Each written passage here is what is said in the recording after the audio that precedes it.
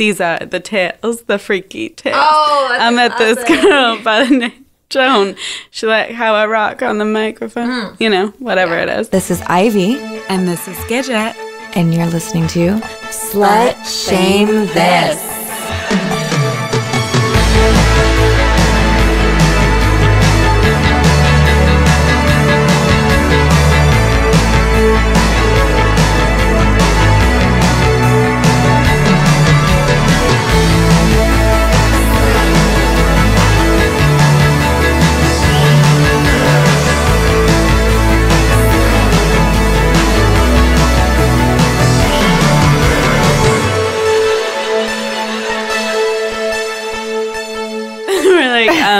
So do you want to start? You first. Say something. Just laughter. Hi. Hi. Hi, sleepy girl. Hi, sleepy girl number 2, 3. We're all sleepy. Who's the second if I'm number 3? Kevin's sleepy girl number 3. I'm sleepy woman. Are you sleepy woman? I'm sleepy girl. I'm... That's like superwoman. Yeah, sleep. I have an S on my chest. Your power is narcolepsy. I don't think that's a power. That's a very serious illness. I know. I'm just I'm kidding. so sorry. Maybe it's serious. I don't know. We're off to a great start. Just really alienated the narcoleptic community with that kind of... Our deepest apologies. So sorry. Can I issue a statement? We're going to have to apologize on Twitter later. We're going to talk about something that we both know plenty about and both have firsthand experience in. It's the club. Popping bottles. the strip club. Oh, yeah. That makes more sense. I don't like other types of clubs. No, me neither. Well, yeah, that's how we met. If you guys listened to the first episode, we were both strippers at Jumbo's Clown Room here in Hollywood, California. Yes. We're also both friends with a lot of strippers, and there's just so much I feel like people don't really know and understand about what it's like to be a stripper and how to act when you're in the strip club. Totally. So we're going to talk about some of the most annoying kind of customers and how you guys can be better. We're also going to talk about what it's like to be a dancer. Yeah. And how it's also become really trendy. Yeah, like with that movie Hustlers coming out, and I feel like there's this whole... Like they have part of their advertising campaign is like having Instagram influencers learn how to. Have you seen this? Like, no. Learn how to be a stripper. I'm annoyed already. It's so annoying. It's like, and they're being taught by pole dance instructors who have never stripped a day, and they're like, now I feel ready to be a stripper. It's just so fucking infuriating. Yeah. Luckily, I'm tired, so I don't have that much. I can't dig myself a rage hole too deep. It is very annoying. Even like down to like those Instagram girls that are like rocking the pleaser heels. If you're not familiar with pleaser heels, those are like the quintessential strip club heel that girls are just wearing for funsies. And I'm like, y'all have never danced for $1 and it shows. Yeah, like Dolls Kill sells pleasers. Like, what are you doing?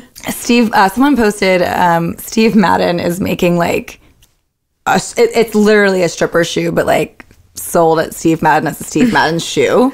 If you tried to strip in that, it would break in 1 fucking second. One heel clap and it's over done. For you bitches. One time I did break my heel on stage. Did you? Yeah. How'd you do that? I have no clue. Were you clicking? Drunk. Were you clickety-clacking up there? Yeah, it was probably clickety-clacking. Had too many champagnes and Chambords. Yes, that was my signature, the cherry galore.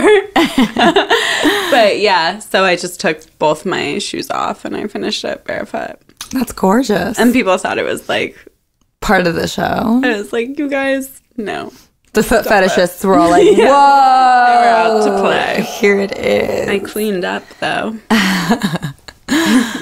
Let's talk about how y'all should act when you come to the strip club. Totally. And also, like, if you're going to go see Hustlers, which is the movie about the strippers in New York who worked at Scores, you should go. I mean, go see the movie. I'm not saying don't. It's directed by a woman. It's an all-female cast, basically. But also, like, go to your local strip club and tip. You know, just, like, don't...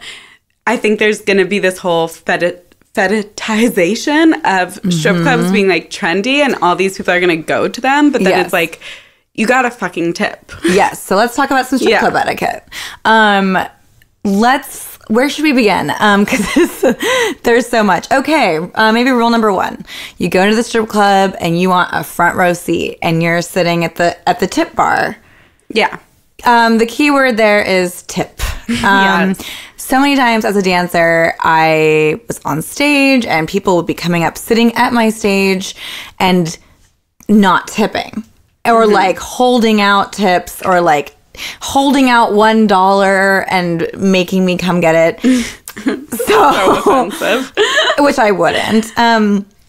You know, and you don't have to have a huge budget. We understand that not everyone can go and spend $800 at the club, but also be mindful that if you're there, part of your experience is tipping.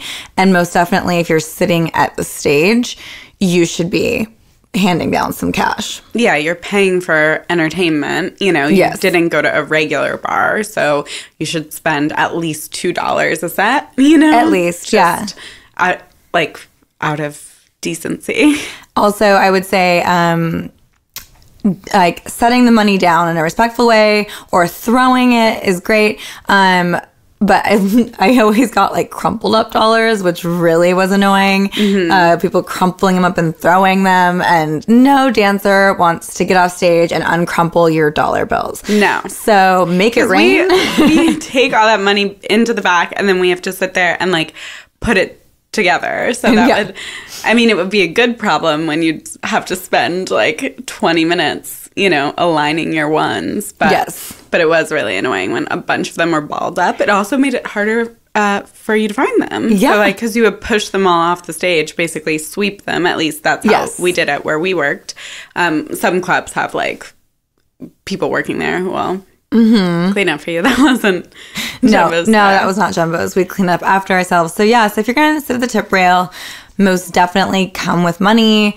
And don't be on your phone. Oh, my God. Not only is it really rude because someone's in their underwear dancing for you, it's just like, you know, strippers are people. Shocking. But, like, that doesn't feel good for anyone's self-esteem, even if you know you're fucking hot, you know? Yeah, no. It feels horrible. But it's also, like, a privacy concern because, like, we were talking about, a lot of girls like to keep their job private and don't want you taking videos or pictures of them.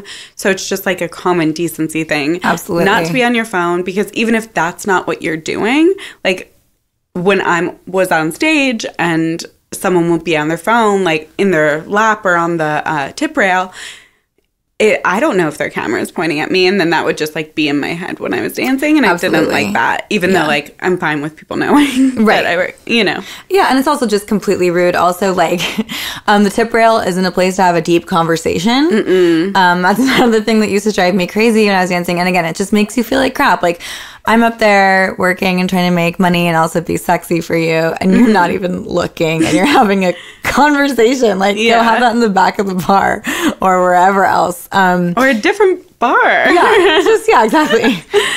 Go somewhere else. Yeah. So there's other activities. Bowling. Yeah. A sip and paint sort of thing. A sip and paint. If you want to talk. Sure. You go to Color Me Mine? Yeah, you could go to Color Me Mine. I'm trying to think of other activities. Dave and Buster's. Basically anything other than the tip rail. Sponsor me, Dave and Buster's. What are some good ways to strike up a conversation with a dancer? What are some do's and don'ts? A compliment is always a do. And then I would say a don't is asking personal questions, especially asking someone what's your name? And then I would say Cherry, and they'd say, what's your real name? And it's like, why the fuck do you think I have a stripper name? If you, your second question, I'm going to tell you my legal name. Yes. No way. It's annoying. And then it, like, just puts your guard up immediately. Yeah. Like, and it's just presumptuous to think that you're entitled to someone's legal name who obviously has this stripper name both for their protection and privacy. Absolutely. So it's really just like a dick move. So don't ask people their real name. Yeah. And don't be handsy. Just because we are dancers doesn't mean we consent to having your hands on us. We are there for your viewing pleasure. Exactly. Not your touching pleasure. A great way to get in my graces was to offer me a drink. Absolutely. And if you're not going to do that, and if you're going to monopolize a dancer's time, and if you're going to talk to her for like 15, 20 minutes, throw her some money, like slip her a little money. We're there to work. And so as much as we might want to sit and talk to you, we have to keep it flowing because that's our jobs. Yeah. And like, I think people don't understand that even though we didn't work at a hustle club, and a hustle club is like where you're hustling lap dances, from people. So even if you're not on stage, you're like also doing this other thing. But part of a stripper's job, you're not just making money because you're on stage. It's that whole other time when you're out there in the bar talking to people, because then you make a connection, and it's kind of like a sales job. You know, you go over, you talk to them, and then they notice you, and then they pay attention when you're up on stage, and they tip you. So if you're monopolizing a dancer's time, you're taking and not giving her money or a drink or anything, then you're taking away her ability to like go make money. Absolutely. We've got to work the floor, as they say. Exactly. Like, I can't just sit and have a lifer with this one person. I mean, if you want to throw me a couple hundred,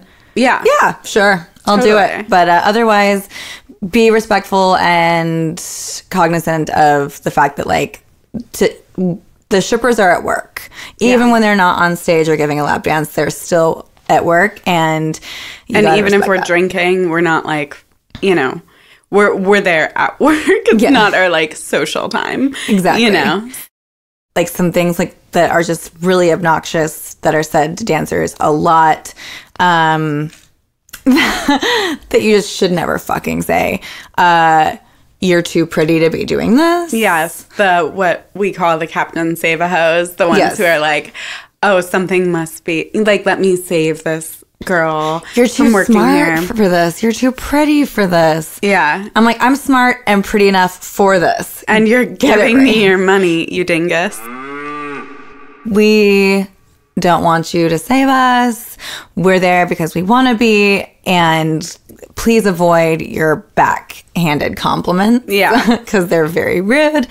And that reminds me of an artist we really like, Jack the Stripper. Mm-hmm. She makes cartoons that are like strippers going up to people, you know, working at a desk job and being like, why do you do this to yourself and work here? Like, how can you live with yourself? How can you degrade yourself like this? What does your husband think of this? Yeah. we don't come. Yeah. You don't ask a barista, you know. Like.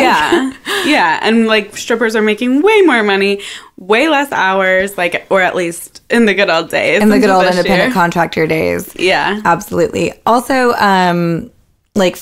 females in strip clubs can also kind of, I think they need a little tutorial too.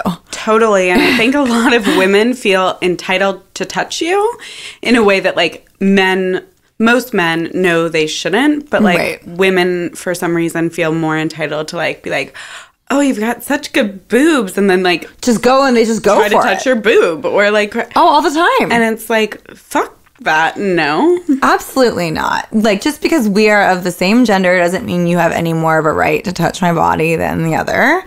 Another thing too is another artist that we like, Exotic Cancer. She's got an image of like a girl sitting at the tip rail, and she's like just violently yelling, "Woo!" Oh my god! Yeah, but like there's like no money. You know? I hate that. So we don't want your woos and your yas. We want money. We also like, if you come with your boyfriend, great. I used to go to strip clubs with my boyfriend. Like, it can be sexy and cool, but don't then get insecure and try to just monopolize your boyfriend's time. Like, I know for me, when I was dancing, I would see like girls at the tip rail with their boyfriend who, as soon as I'd come on, they'd like turn all the way towards their boyfriend and face them one-on-one and like have to engage them in a super not interesting conversation, but demanding conversation. Yeah.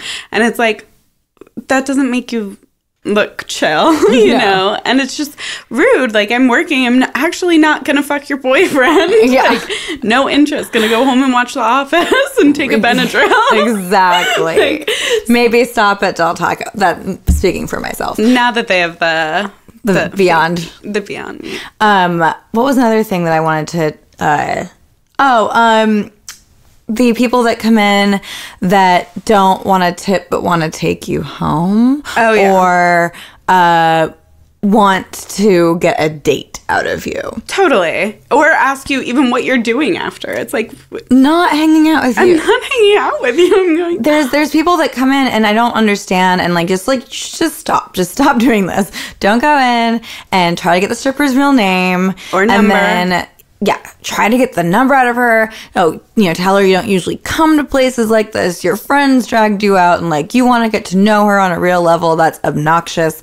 Again, like we can't hit home the fact more that like they're there for work. Respect them in their work environment. Like you don't. Yeah, I think if you want to ask for any information, like some girls would give out their Instagram, especially if you're a good customer, because a lot of girls like post where they're working or whatever. So I feel like if you want like to know when a girl's working or whatever, that's something right. But it's often not their intention. They're often like trying to get a date. Totally. So yeah, check your intention, and then because I don't know, I never went on a date with someone I met. Same. I've never fucked a guy from the strip club. Me neither. I mean, I've never even hung out with someone from that I met in the strip club. Like I did when I was 18. Really? Yeah, when I was 18 and I worked at this place in Simi Valley. There was like these metalhead dudes that would come in and they were just like so nice and they would like get off their construction job and I would like sometimes go hang with them after, but it was like really pure actually. That's but nice. When I got a little bit older, I stopped doing that. Well, I feel like during day shift we met, or it would be, you'd have regulars, and like it was more likely that I know that I didn't become close with them to the same extent of other girls, but like you can form a close bond if someone comes in every day and day shift's kind of slow, and you guys sit and you chat and have a beer, you know, then you can do that. But like if you're just meeting someone for the first time, no. Yeah, check yourself. Another thing about girls is that it's not a dance club. It's not a place for you to try to strip. There's a reason you're not on the stage. It was always so annoying when girls would get wasted and then just like be trying to dance like in the club. It's like, no. No, it's also rude to the dancers because it's distracting from them. Exactly. And that's another thing is like for women, particularly in the club, I think coming up to a dancer and being like, I would be a stripper, but... it's like just so... Insulting. Yes. Like you don't say, I'd be a doctor if I had gone to medical school and could do math and could whatever. It's like, okay, sure. Now I think that stripping has become really more mainstream and normalized, especially with movie Hustlers. That everyone's like, oh yeah, I could do it, and it's like, no, you couldn't. Yeah, and just like do it. The other thing is the pole dance fitness thing, like it being a way that women exercise. That's great, but that's totally separate than stripping. So just because you learned at a bachelorette party how to do a trick on a pole, I don't give a shit when I'm working for you to tell me that and you to think that you could, because stripping is not about pole tricks. I actually learned that I made more money the less I touched the pole. Same. So, like, there were girls at Jumbo's who did phenomenal tricks on the pole. And, like, that was their thing. But that was just, I realized that wasn't how I made my money. Right. I think a lot of people are very curious as to, like, what really goes on in these private dances. I will say, for how slutty I am, I have never jerked off a guy, fucked a guy, let a guy touch my pussy or anything like that when I have given a lap dance. However, The myths are true. Shit does go down. I was waiting. I was like, are you a PR person? No, I'm saying. I was like, are we going to tell the truth? No, we're telling the goddamn truth. That shit goes down as fuck. And I've heard of something as simple as a handy to full-on sex. And that's why I did not thrive in those environments, because I wasn't down, and the guys were like, well, so-and-so. And then it's like, then it ruins it for every girl that's literally just there to do, like, what she's there to do. Yeah, but that also doesn't mean, like, every girl who works at a nude club and who likes it does stuff like that. Right, that's what I'm saying. But the ones that do it kind of ruin it for everyone, because then customers expect that we all do it, and then like don't want to get dances from girls that don't do it. Well, we even had a girl at Jumbo's, I don't know if you were working there when she was, but who caused a problem because there were rumors that some things were happening. Where after work. Oh. But and then it became like this, a lot of the other girls working, like I and other girls would get solicited then of like, oh, how much, blah, blah, blah, this person, you know, and then that girl, luckily Jumbo's is like female owned and run, and it's kind of small, and so that girl ended up getting let go. Yeah. But and hey, there's nothing wrong with escorting, there's nothing wrong with walking the streets, but I just don't think that like the strip club is a fair place to find your customers. And if you do, I think that you should conduct all business outside the club, because then it does make it hard for girls that aren't comfortable doing sex acts to make money in these clubs. Yeah, and on the other side of that is that don't assume that girls working in strip clubs are more likely to have sex with you for money than other girls. Like we said, there's no problem with escorting or whatever you want to do, but like strippers are just as unlikely. Just as unlikely as a girl that you would as a college meet. girl. Yeah. You'd be surprised about, you know, all the people who I knew who have escorted, and the majority weren't strippers. So don't assume that's like a good place to go to find. Yeah. There's plenty of websites that you can find a great companion for the night. But less so now. Yeah. Which we'll have an episode on. Cost to Sesta and all absolutely. That. I actually would get really nervous when guys would like buy a handful of time with me, because at strip clubs you can get per dance, or you can get like 30 minutes alone with a girl, and I only did it once or twice because I never was trying to get guys to do it, because I just was like, what do you think is gonna happen here? And again, because like, it's a nude place, so like you can't even like sit and have a drink. Like, I'll just sip this Red Bull and get sweaty and have anxiety. And you're just also like naked, so I feel like it wouldn't be like, it's very vulnerable. It's like I think that's the most vulnerable I've ever been.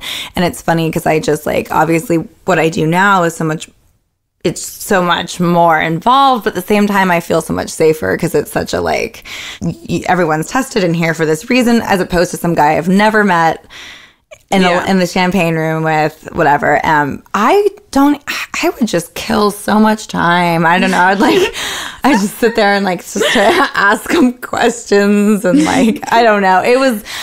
That's why I didn't make that much money. I was kind of a shitty I'd be like, would you like me to recite all the parts from Les Mis for you right now? We could do one day more and I'll do all of them. I don't know how to do it. All right, so we've covered some strip club etiquette for men and women, and we've kind of covered the idea of lap dances. Also, again, some girls will let you be more touchy than others with lap dances. I'm not gonna tell you like you can never touch girls. Yeah. Just ask before. They'll usually tell you where you can touch them, and how, you know, like, oh, I'm comfortable with you grabbing my hips. Like, that was one of the things I was always telling guys when I would give them dances. Like, you can touch my hips and my waist, you know, but like, don't grab my ass or my your boobs. Yeah. And also, like, just be receptive to what the girl, you know, does. If she grabs your hands at the beginning and puts them, like, flat down on each side of you on the couch or the chair you're in, then understand that probably means she is placing them there as a way of being like, don't put these on me, you know, and just be respectful and like you would. Yeah, I dealt with that a lot. I consistently was guys trying to touch me during dances, and they would they always do this shit where they'd put their palm up on their lap, so I'd sit right onto their hand with my vagina, and it's like really frustrating because you're trying to make money, and if you tell this guy to fuck off right away, you aren't going to make money. It's not like real life where if a guy grabs your vagina, you can be like, fuck off. It's different in strip clubs. And because so many girls are letting guys do it, it's almost like you have to be like this like gross, playful version and be like, no. And like all my lap dances were dodging guys' hands. So guys, be better. And and like, you're just putting someone in a bad position too at their job where you don't want to be causing a scene. Like you want to get shifts, you want to get put on the schedule, you want to be invited to like work there when you want. Yes. And club owners don't really want drama or girls who like will yell at customers, but I feel like strippers get a bad rap for sometimes being like super tough and aggressive, but like we even at Jumbo's put up with so much shit. So then it was like sometimes you would just have to sometimes just explode, and it's like, you want me to be the bad guy? Scarface. Yeah. Exactly. So where we worked at Jumbo's Clown Room is a bikini bar, actually. So it's not full nude. In California, what are the laws in California? Well, it's different zoning regulations, too, about what you can do. So there are both the state laws and then there's, like, zoning regulations of where strip clubs can be and how they're monitored and, like, what you can wear and what alcohol is available. And, like, at a bikini bar, meaning, like, it's not topless, you can serve alcohol. Like liquor. Yeah. Like Jumbo's had a full bar. Oh, yes, it did. Oh, yeah. It's a real... Oh, yes, it still does. It's a real mixologist destination. It's a beer and a shot place. Oh, my God. Yeah. Remember when they did the special drinks, the drink specials, and they were all just like... they had these names, but it was just like orange juice and well vodka. little cherry on top. just literally on the bottom, because it would just drop to the bottom. Like a clever name, but it's literally just like a screwdriver. Exactly. Yeah. But anyway, what were we talking about? We were talking about like liquor versus nudity in the state of California. And then if you like have a topless place, no hard alcohol. But you can have like beer and wine. Yeah. Yeah. And then full nudity, no alcohol at all. So you can just get amped up on Red Bulls and look at a vagina. Exactly. Sounds so not fun. If you are going to a full nude club in LA, you are like, you're really there for that. You're there just to see like to look a butthole. But it's funny because I think that like the money-making hours for the nude places in California are that 2 a.m. to 4 a.m. window because everyone's drunk and looking for something to do and they're ready to throw their money. Exactly. And a lot of them will like serve food sometimes. Yeah. I don't know. Like if I was like dancing and opening up my vagina and it smelled like chicken tenders in the room, I'd be like, I mean, it's better than other things I could smell like. Sure, but it's just not a sexy environment. Totally not. But I mean, some girls like working at clubs like that because then you're not like selling drinks, you're just selling dances. Because, at like where we worked, there's also pressure to have customers come in who, want to drink and the bartenders to make money and like the the club itself to make money, because at least when we worked there, like, we took home our tips. We were independent contractors. Yes. So whatever money we made, it was ours to keep, and it was just our tips. And then, of course, we'd tip out, like, the bartenders or the doorman. But that was, you know, ours.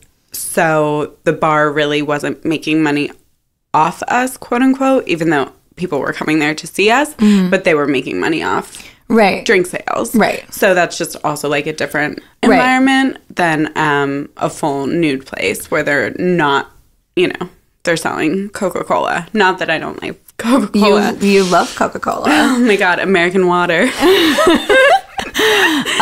But yeah, it's But that's not the case anymore. Right. So since we stopped working at Jumbo's, the laws in California have changed, and now strippers once were independent contractors, and now they're employees. So what does that look like? What does that look like for strippers now? So now you get an hourly, which might sound great, but minimum wage is $13 something, and then also, like, as an employee, your employer has a lot more control over what you can and cannot do, making a schedule for you, what you have to wear, who you have to talk to or dance for, and also they can instill new fees, which means they're taking more out of the money you make from tips. So a lot of people there's two sides. A lot of people are excited that, you know, you get about the idea of getting certain money, but and then the availability of health care, but you have to work over 35 hours a week. Which just doesn't happen in strip clubs for anybody. Yeah, to be able to get health care provided by your employer. So that's kind of a fallacy. But there is the ability to unionize, which would be great. But it just, we'll see how practical that is. But a lot of girls aren't happy because now, you know, it's like, if I wanted to work at a minimum wage job, I would have, you know, I like to dance and I like the way I made money. And your independence. Exactly. You know, being an independent keyword contractor was probably one of the biggest perks that I found about being a stripper. Same. Was that I could come and go. Also, I feel like you told me once that, like, the anonymity is now changed. Yeah. So now, explain, because I don't know. Because as an independent contractor, you really, you worked for yourself, even though you were working at a place. So it's like plumbers are independent contractors. You know, they go there to someone's home, they do their thing, you know. So that's kind of how dancers were. You could work at multiple places and do whatever. And then also you didn't have to, it wouldn't show up in your employment history, like on a background check, where you've worked. So, like now, as employees, a lot of people like the liked the anonymity of being able to just, like, have your stage name, and it's something you don't have to tell anyone what you do. But now it's like, it shows up on a background check now. Yeah, it'll show up on your employment history when people look it up. Yeah. Which is kind of ironic because the strippers who brought suit to change the status to employees, like, a lot of people do it because then you can sue for back wages, which is complicated. But they filed the lawsuit as Jane Does, meaning they didn't want their real names in the lawsuit. And the court said that's fine because of the stigmatization associated with being a stripper. Meanwhile, thus, you know. Thus, now it all shows up. Now everyone who becomes a stripper will have that. Right. And it's just easier for, like, privacy concerns and stalkers, which we both dealt with. Like, it's easier for people to find out that information if they have sort of any in. Yeah, no, I think that the beauty about being a stripper, basically my whole adult life, was the freedom and the anonymity, because when I didn't really know that I was going to ultimately end up being a sex worker, I loved that I could subsidize my income in this way that, you know, no one really had to know unless I wanted to tell them. And I could work at several different clubs and I could come and go. And I always had a day job. I was always a makeup artist. So it was kind of one of those things where I could like, all right, I don't really quite have rent together this month. I'm going to pop into the club tonight and like, you know, work. And it makes me sad for girls in California now that, that want that option that they don't really have. Yeah, because a lot of girls, it's an appealing job because you can make a lot of money and you're so in control of your own hours. So it appealed a lot to students and moms and people who just kind of needed that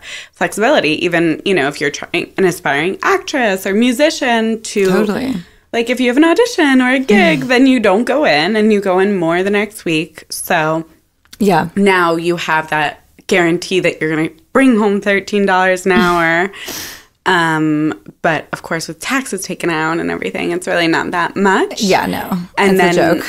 Yeah, it used to be that. Especially if your shifts are like 5 hours. It's exactly. like, oh, okay. Yeah, so that's something we should say. You're typically working like a few hours a week. You're not working. And that's another thing, too, is that a lot of the strip clubs cut girls' hours because of the hourly rate. Yeah, so strip clubs in California, in response to this, it was the Dynamix decision, which is ironic because it's not ironic, but interesting because it was a decision about next day delivery truck drivers that just happens to also affect strippers. So interesting. Once like, again, how do strippers get lumped into next day delivery drivers? Because no one sees strippers and sex workers and wants to like fully consider them as like its own thing. Exactly. Yeah. So it's always just being like, where do we throw lumped in with something else? Where do we throw these whores? With having the employers, now that they have employees, they have to cover other certain things that I won't get into that's boring. So in order to subsidize that, they've cut girls' hours and they've also cut girls. So a lot of like girls are out of jobs and also like aren't making anywhere near enough money. So on that note, be nice to strippers.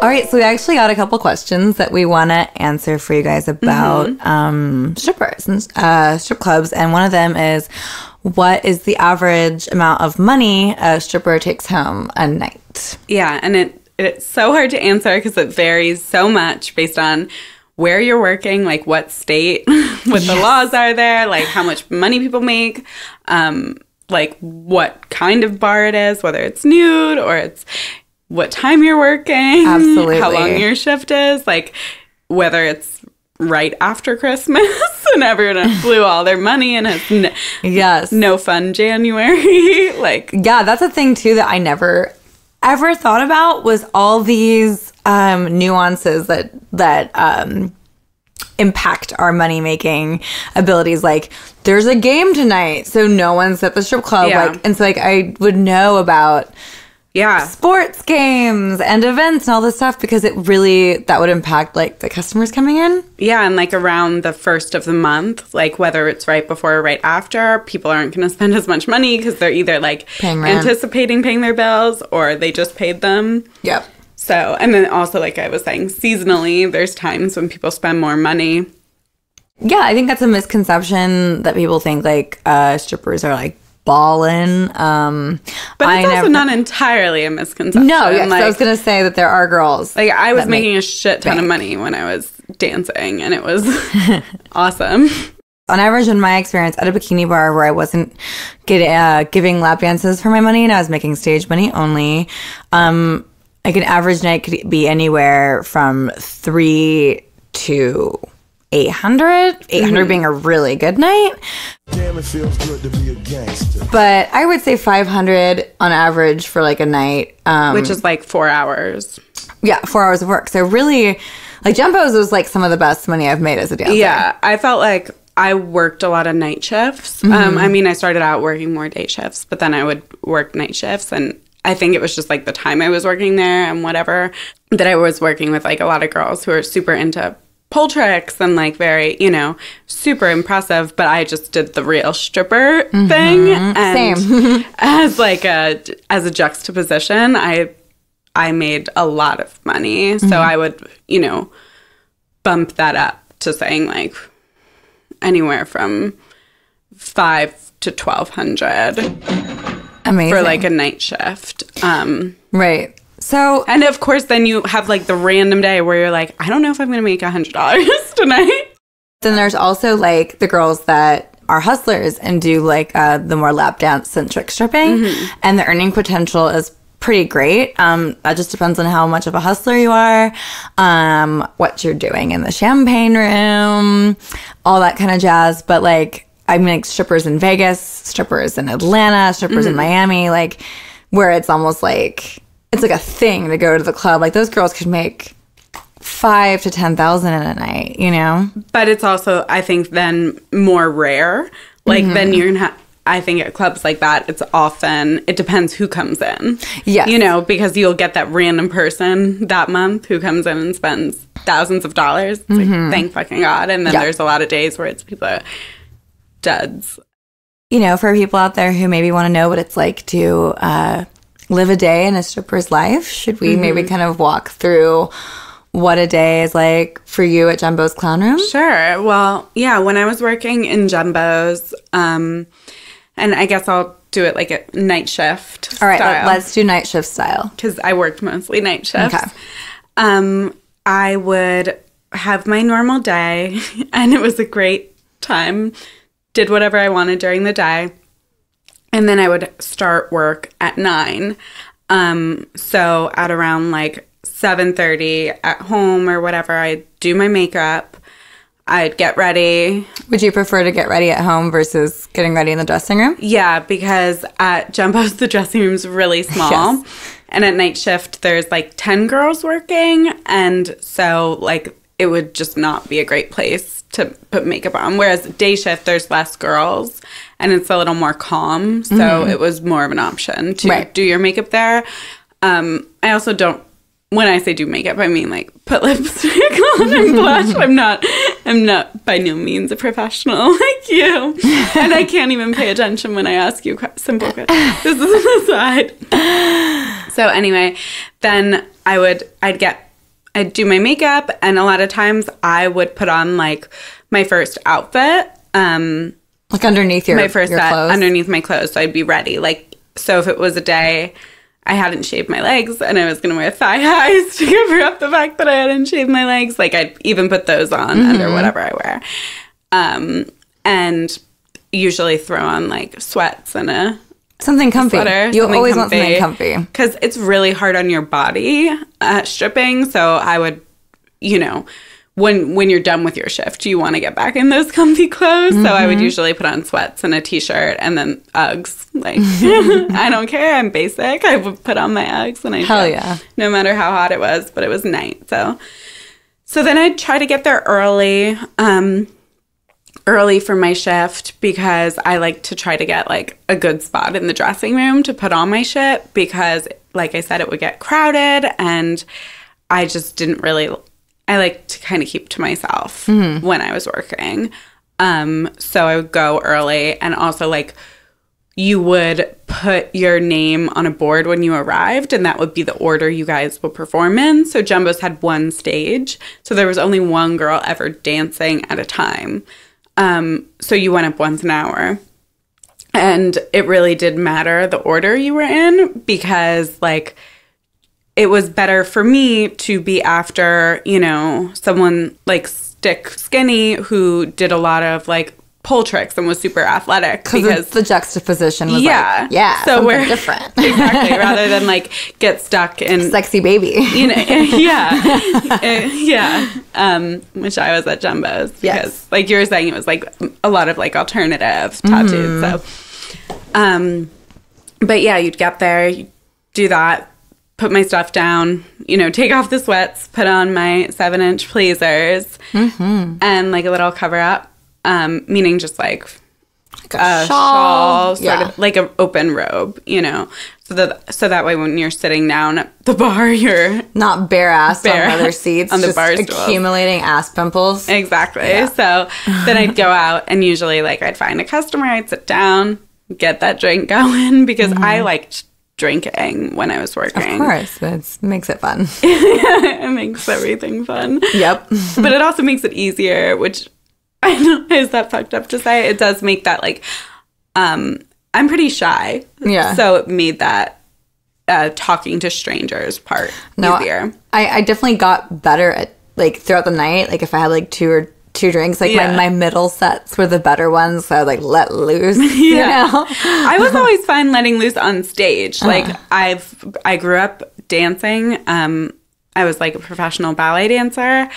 growing up, so I've always been more comfortable on a stage than in a small group. So mine was the opposite, that like I could dance sober all day and do dirty shit. I don't care. But like sitting down one-on-one with someone I don't know, it was much more helpful for me to have a little buzz on. So I'd get my champagne and shampooed. I'd have one, and then I'd go up and I'd do my first set. And at Jumbo's night shift, you'd go up about once an hour. And it was like a 5-hour shift, 9 to 2 when the club closed. But like as soon as you went up after 1, you could leave. So yeah, I would go up, dance, change outfits. I kind of changed my outfit for every set. So. Right, because you had that hour to kill between each set. Yeah. And then go back, get another drink. And it's like you're in 7-inch heels, you're walking around a club. Like it's a very physical job. So it also felt good to like, you'd get sweaty and it felt good to change. Yeah. Spray myself with Body Fantasy all over. Love Body Fantasy. Oh my God. So Body Fantasy is this like, they sell it at Rite Aid and CVS, whatever. It's like perfume. I was like, I just looked at you, I'm like, perfume. It's an eau de toilette. It's eau de toilette. It's eau de toilet. Yeah. It's like... it's toxic, probably. It's like water alcohol spray with like a bunch of fragrance just randomly poured in there. So I would always get the vanilla. And like all my shit smelled like that Body Fantasy. And I loved the smell of it. Body Fantasy. Body Fantasy. You make your... Remember when they made the male version called Bodman? No. There's commercials for it. And it's like these sexy guys like playing basketball, and it's like this girl being like, want your bod. Wait. Need your bod. Bodman by Body Fantasy. There weren't even commercials for Body Fantasies. I know, because Body Fantasies just sold on their own. Oh my they had God. to market it to men. Anyway, spritz myself with Body Fantasies, change my outfit, go back out. You know, I would go out and then thank the people who I saw tipped me. Maybe give a little attitude to the people I saw who didn't tip or were being like rude or whatever. But only people who hadn't tipped anyone. Right. I knew that I wasn't for everyone. Like, I made a lot of money from guys. Jumbo's attracts a combination of clientele, so men and women, because it's like a hipster hotspot. But I was making money from the guys. So I didn't care if there were groups of girls who didn't tip me, as long as they were tipping other people. But it would be like the people who aren't tipping anyone and are being generally rude. Sometimes I'd say something too. But you go around, you thank everyone. Then, like, if there's someone who's spending the most money, I would generally park with them. If it was someone who was, like, seemed open to that. Of course not if it's a big group, but you want people to feel seen and, you know, talk to and whatever. And then go up again. Yeah. Yeah, wash, rinse, repeat.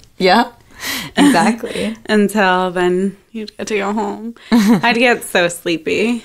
Yeah, I'd be so done. Like, people would be like, what are you doing after this? I'm like, fucking going to sleep, bro. Yeah. So what was your experience working at the hustle clubs, like a nude club?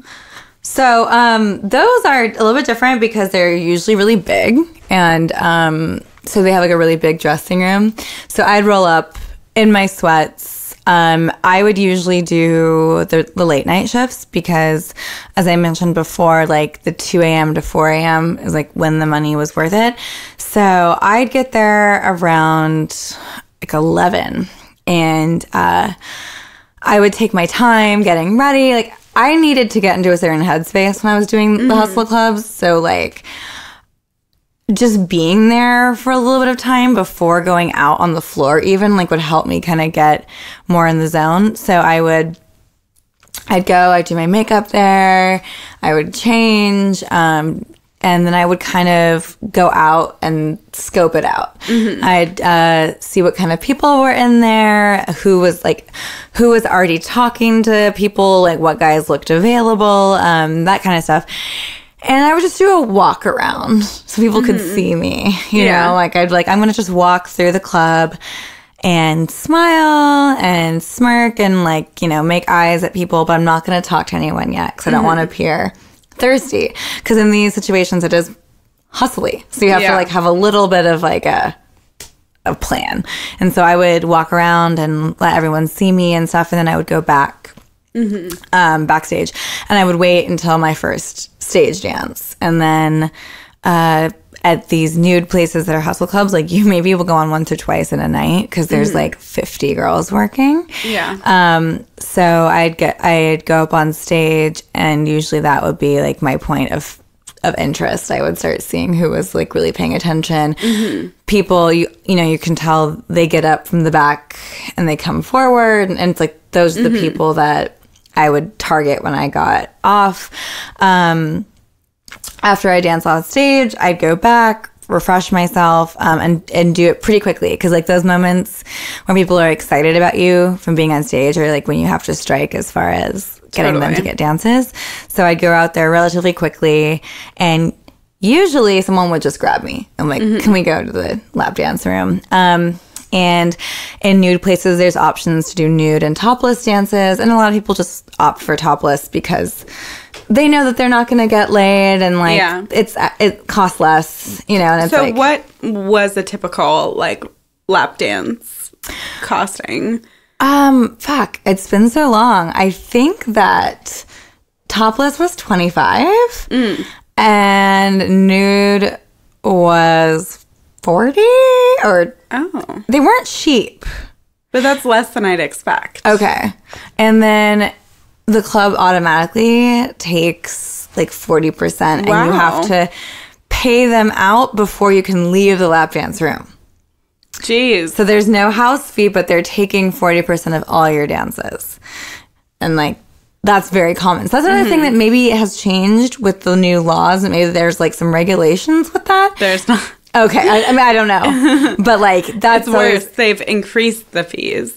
It's nuts. So sometimes they even have now lap dance quotas. Oh my God. And that there's a certain amount of lap dances you have to give basically for free, that the club's taking all the earnings, and then after you make your quota, then you can start taking your 60%. Cut. Yeah. So it's really crazy. Yeah. So that was always a thing too. So I never even let myself think, oh, I just made $50. I was like doing the math in my head, like, okay, I just made whatever, 30 or whatever. So, yeah, you do your dance, and like all the songs are timed in lap dance places to be like, I think 3 minutes. Like they cut songs off at 3 minutes. Like you don't get to dance to Kashmir by Led Zeppelin and like War Pigs. It's just going to go on forever. So the point is, while you're doing the dances, to get the guy really excited towards the end. So he wants another. So he wants another. My goal was to usually get 3 dances out of every guy. Because then when it goes beyond that, then they really start thinking that like, they're going to finger bang you or something. And you're like, all right, they're now. ready to go home and masturbate. Yeah, just get in your car and whack it off real quick, buddy, and I'll see you later. So yeah, then I would pay out on my way out of the room, and then I would just go out and like do it all again. And I would approach some people, but I would never spend more than 5 to 10 minutes with each person, because these clubs were so busy. And if someone wasn't like, all right, let's go get a dance, and I'm like, all right, on to the next one. Yeah, and then you get like that 3 a.m. rush, and everyone's like drunk and coked out, and they're like, I've literally had guys like sitting there doing bumps while I'm just like dancing on them, but they're so fucked up that like they just got 5 dances and they're not even paying attention to me, and I love it. I'm like, keep doing your drugs. Don't even look at me. I'm just gonna stand here and sway while I collect your money. Yeah. And then afterwards, I would throw on my sweats. I would wait till I got home and I would take off all my makeup and take a super hot shower. Yeah. Get in bed, get cozy, and call it a night. Same. Yeah, I'd usually get home, shower all the like dirt off me and body fantasy. Yeah. And loofah your soul. Exactly. And then I'd take a bath because like it is really physical work. Yeah, it is. And at Jumbo's, like, people dance really hard on the stage, you know, because that's all you're doing. I mean, there were lap dances too, but it was different. And then you're just on your feet, like, especially if it's a night shift, there's not that many places to sit and you want to keep walking around. So it's very physical and it's exhausting physically and also just emotionally. Yeah. And doing lap dances is like doing squats. Totally. All the time. Yeah. So many squats. My quads would kill me the next day. So yeah, like a nice Epsom salt bath. Totally. Is the move. Yeah, that's what I would do. Yeah. So we're going to do a little lightning round of questions. So is there really no sex in the champagne room? There is definitely sex in the champagne room. I just never had sex in the champagne room. It depends. Yeah. But it happens. Yeah. What was your favorite thing about stripping? I loved the performative aspect of stripping. I loved being on stage and picking the music. We all know I'm a big music nerd. So getting to dance to my favorite songs and being watched and having that attention and using my sexuality as a form of empowerment was my favorite. What about yours? Same. I loved being on stage and having this environment to dance and be sexy. And like I said, I grew up, you know, being on stage and I've always loved it. And then I've always just been super sexual. So it was fun to be sexual. And I also loved the music aspect, although like Jumbo's was pretty limited. Yeah. And then, so yeah. And I loved the money. Like at that time in my life, I had gone basically from like my parents' house to ballet company to college to living with a boyfriend in his house, you know. And then for this first time in my life, I was single and I was like, I don't know what I want to do, but I think I need to fully provide for myself to figure it out. And that's what I was doing. And so I found the money really empowering. And the financial freedom is very empowering. Yeah, because it was like, I don't have to worry about what my parents want me to do or like what a guy might want me to do or, you know, this is just my thing. And and it also afforded you a lot of time. Totally. To pursue other things and figure your shit out. So I liked that too. Yeah, the money part is nice. And then what's your least favorite thing about stripping? My least favorite thing about stripping was the disrespectful customers. Getting the Captain Save a Hose, you're really smart for a stripper, and like just those comments that we already discussed, I think. And then also like the handsy, just all the disrespectful aspects that like we've already covered were my least favorite parts. Yeah, I think for me those, but then also like the scary things that came with it. Like we both had a stalker situation, someone who would come to the shift and then wait outside the club, follow you home, and that was something that was just you had to be really aware of, and it was kind of scary. Because that's a good thing to highlight is that there is a certain level of danger within this job. Yeah, that most people don't have to deal with. Yeah, so there are safety risks. Definitely always carry like pepper spray or a taser or something like that with you. And even if you want it to be a private part of your life, have someone know where you are and what you're doing. And your hours. Exactly. Yeah. So if that's another girl you work with at the club, like just that's fine too. But have someone know what's going on, because I think there is a lot of violence against sex workers. Also because people know sex workers are vulnerable and that it is, you know, a marginalized job. Yes. So like there's less visibility because people don't really know your whereabouts or what you're doing, and you know, so it's really important for someone to know. Have your location services on with someone, or like check in when you're home. Yes. And all that. Just like be safe. Yes. Okay, so lightning round that we take 10 minutes. Yeah, exactly. Yeah, we're doing terrible. So what kind of prep is involved? get yourself your stripper shoes, your stripper outfit, have a good bag ready, like either like a little suitcase or my duffel bag. I've always got deodorant, body spray, baby wipes, hand sanitizer, and hairbrush, makeup to touch up with. I'd have electrical tape because I always broke my shoes. Oh, yeah. Little shoe break. And I'm talking about the straps breaking, so I would always break them because I was very aggressive. And then I'd just like tape them back together. Perfect. So, and then cut them at the end of the night and tape them back the next day. So that was in your prep? In my stripper bag. All right, what's the next question? Can you work while you're on your period? Of course. Yes, you can definitely work on your period.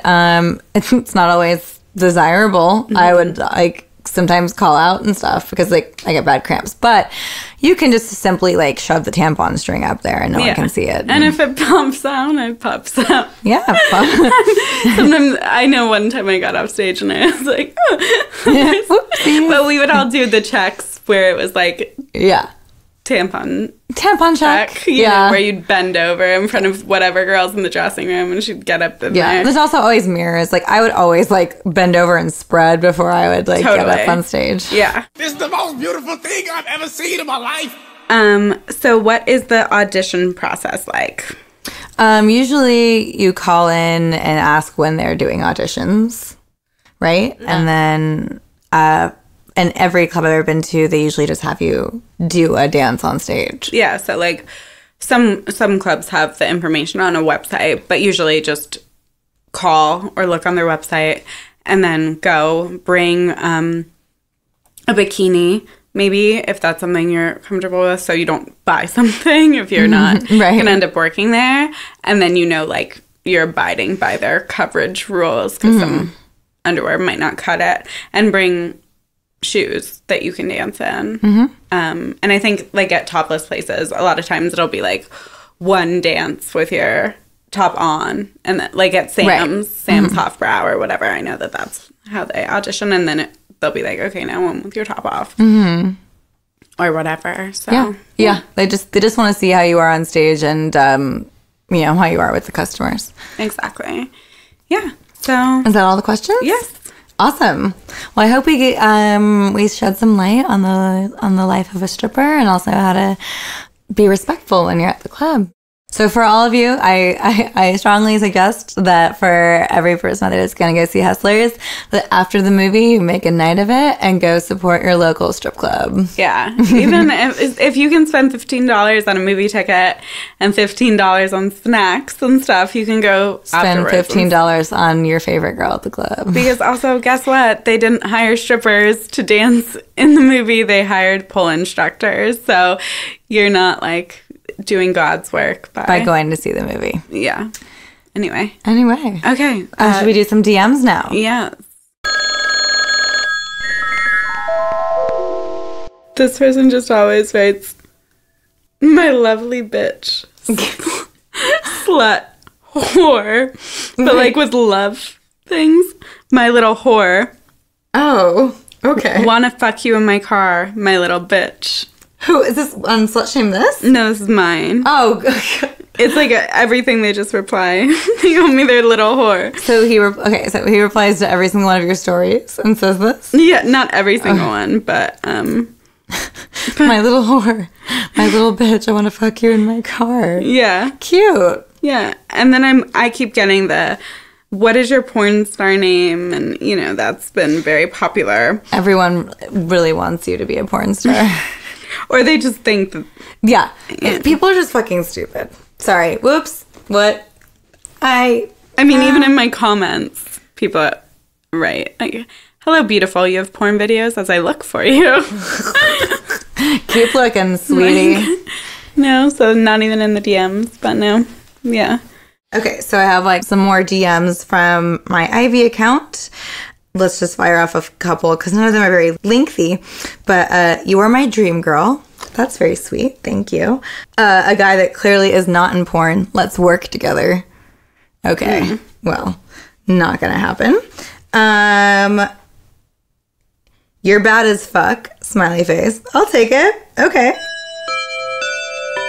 I know you guys love the DM section of this podcast, and we want to keep it alive and interesting. So we've been getting a lot of sweet one-liners or just like want to fuck you. Like, get creative with your words when you're DMing us. I feel like people might have gotten scared because I think I've gotten significantly less gross Yeah. DMs since we've started this. But We're not going to name you. So you can DM Gidget, you can DM Ivy, you can DM Slut Shame This. But no pictures. No pictures. Get creative. We want to read your creepy DMs to the world. Exactly. And on that note, we'll do a review. Yes. So we love your reviews. They make our day. We appreciate them so much, and they're so helpful. And this is a new 5-star review that we got from Vagina Marie. I know her. And she says, these girls are amazing. Their chemistry is amazing. The topics are so good. Super relatable, super hot, super fun, and very informative. Love the dynamic of these two. So excited to watch this take off. Yes, queens. Thanks, Vagina. Oh, vagina.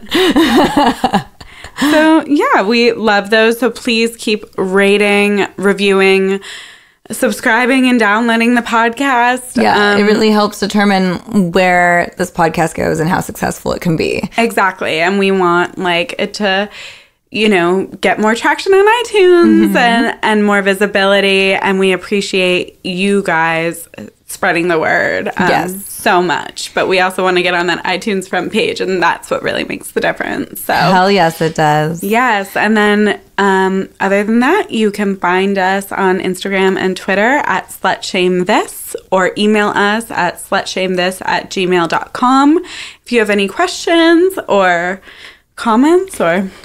Oh, yeah. Any like future topics you're dying to hear about, we'll take them into consideration. Totally. And yeah. I hope you guys found this interesting and fun, and go out and support your local strippers. Yeah. Yeah. Do it. All right. Cool. Good night. Good night.